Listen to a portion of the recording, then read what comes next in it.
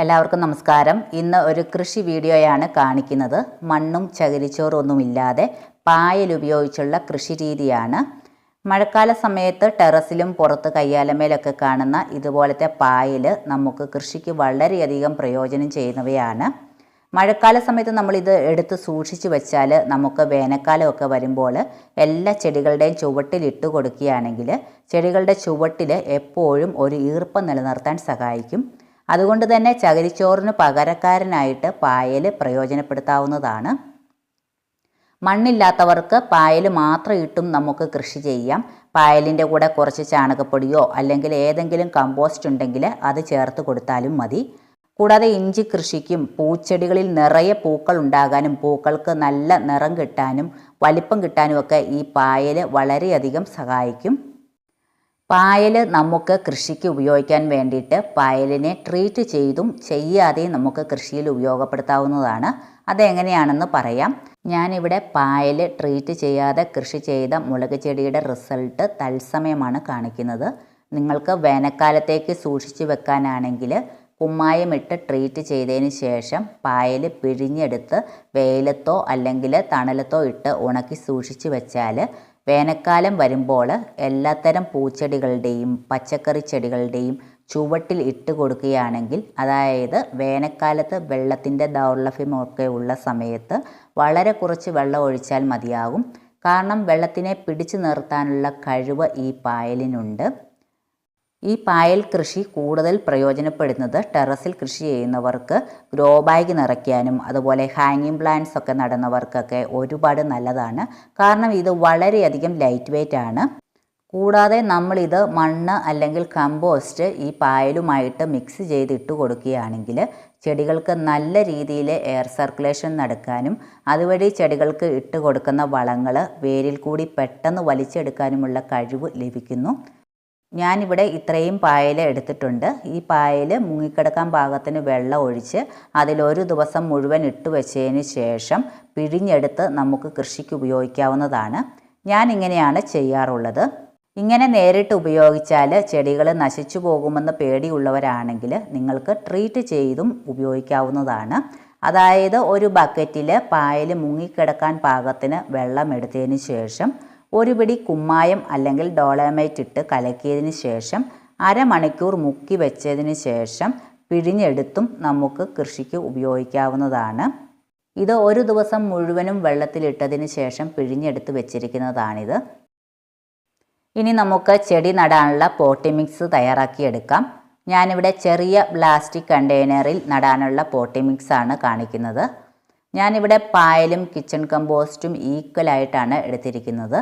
നിങ്ങളുടെ കൈവശം kitchen compost ഇല്ലെങ്കിൽ ചാണകപ്പൊടി ചേർത്താലും മതി. ഇനി ഇതിലേക്ക് ചേർക്കുന്നത് ഒരു പിടി NPK വളമാണ്. ഇത് ഉണ്ടെങ്കിൽ ചേർക്കുക. ഇത് വളരെ ഈസി ആയിട്ട് നമുക്ക് വീട്ടിൽ തയ്യാറാക്കി വർഷങ്ങളോളം സൂക്ഷിച്ചു വെക്കാവുന്നതാണ്. ഇതിൻ്റെ വീഡിയോ നേരത്തെ നമ്മൾ അപ്ലോഡ് ചെയ്തിട്ടുണ്ട്. അതിൻ്റെ ലിങ്ക് ഡിസ്ക്രിപ്ഷൻ ബോക്സിലും സജഷനായിട്ട് എൻ്റെ സ്ക്രീനിലും കൊടുത്തേക്കാം. ഇതിനു പകരമായിട്ട് NPK വളം നമുക്ക് ലിക്വിഡ് രൂപത്തിലും തയ്യാറാക്കി ചെടികൾക്ക് ഒഴിച്ചു കൊടുക്കാവുന്നതാണ്. അതായത് നമ്മൾ ചെടി നട്ട് വേര് പിടിച്ചതിന് ശേഷം അതിൻ്റെ വളർച്ചാ ഘട്ടത്തിൽ ലിക്വിഡ് രൂപത്തിലുള്ള സ്ലറി ഒഴിച്ചു കൊടുക്കാം. അത് തയ്യാറാക്കുന്നത് എങ്ങനെയാണെന്ന് പറയാം.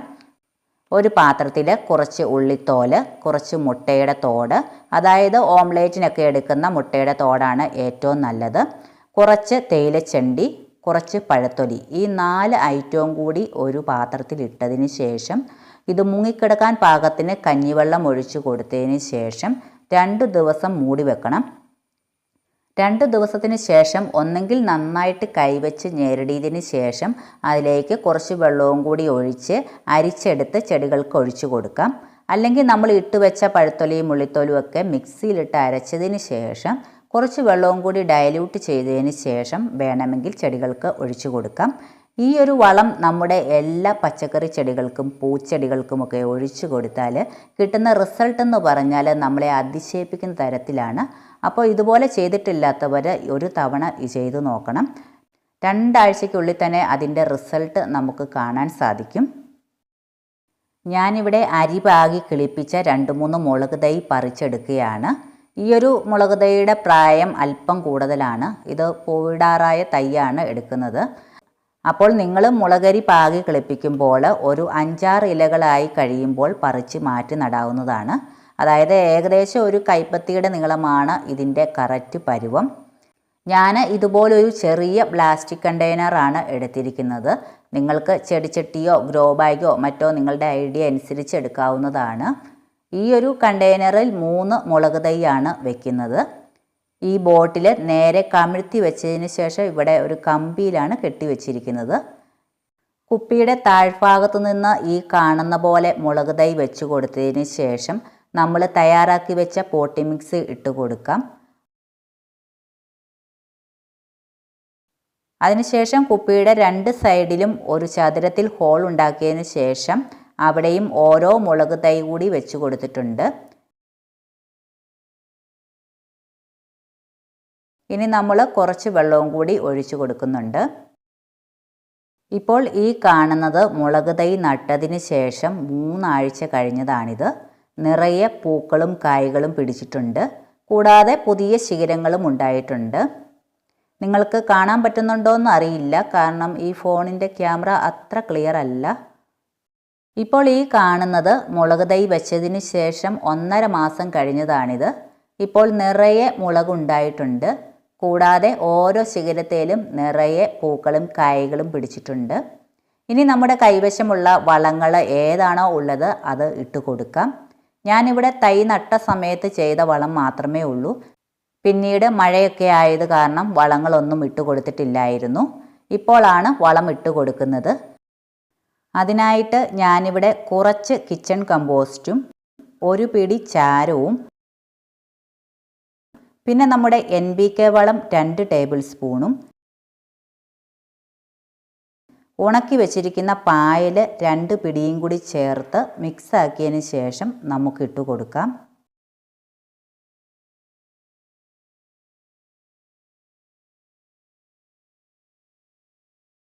ഇത് നമ്മുടെ പച്ചക്കറി വേസ്റ്റ് ഇട്ട് പുളിപ്പിച്ച ലിക്വിഡാണിത്. ഇതിൻ്റെ വീഡിയോ ഞാൻ അപ്ലോഡ് ചെയ്തിട്ടുള്ളതാണ്. അപ്പോൾ നമ്മുടെ വീട്ടിലേക്ക് ആവശ്യമുള്ള പച്ചക്കറി കൃഷി ചെയ്യാനായിട്ട് പുറത്തുനിന്ന് ഒരു വളത്തിൻ്റെയും ആവശ്യമില്ല. നമ്മുടെ അടുക്കള വേസ്റ്റ് മാത്രം മതി നമുക്ക് നല്ല രീതിയിൽ വിളവ് കിട്ടാനായിട്ട്. ഇതുപോലെ പച്ചക്കറി വേസ്റ്റ് പുളിപ്പിച്ചത് ആഴ്ചയിൽ 1 ദിവസം ഒഴിച്ചു കൊടുത്താൽ നമുക്ക് നല്ല രീതിയിൽ കായ്ഫലം കിട്ടും. പിന്നീട് ഞാൻ നടുക്ക് ഇതുപോലത്തെ ഒരു കുപ്പി വെച്ച് കൊടുത്തതിന് ശേഷം പച്ചക്കറി വേസ്റ്റൊക്കെ നേരിട്ട് ഇതിൽ ഇട്ട് കൊടുക്കും. ഇങ്ങനെ ചെയ്താലുള്ള ഗുണമെന്ന് വെച്ചാൽ നമ്മൾ ഇട്ട് കൊടുക്കുന്ന പച്ചക്കറി വേസ്റ്റിൻ്റെ സ്ലറി അതിൻ്റെ ചുവട്ടിൽ ചെല്ലുകയും ചെയ്യും. കൂടാതെ ഇത് കമ്പോസ്റ്റായിട്ട് മാറുമ്പോൾ നമുക്ക് നേരിട്ട് ചെടികളുടെ ചുവട്ടിൽ ഇട്ട് കൊടുക്കുകയും ചെയ്യാം.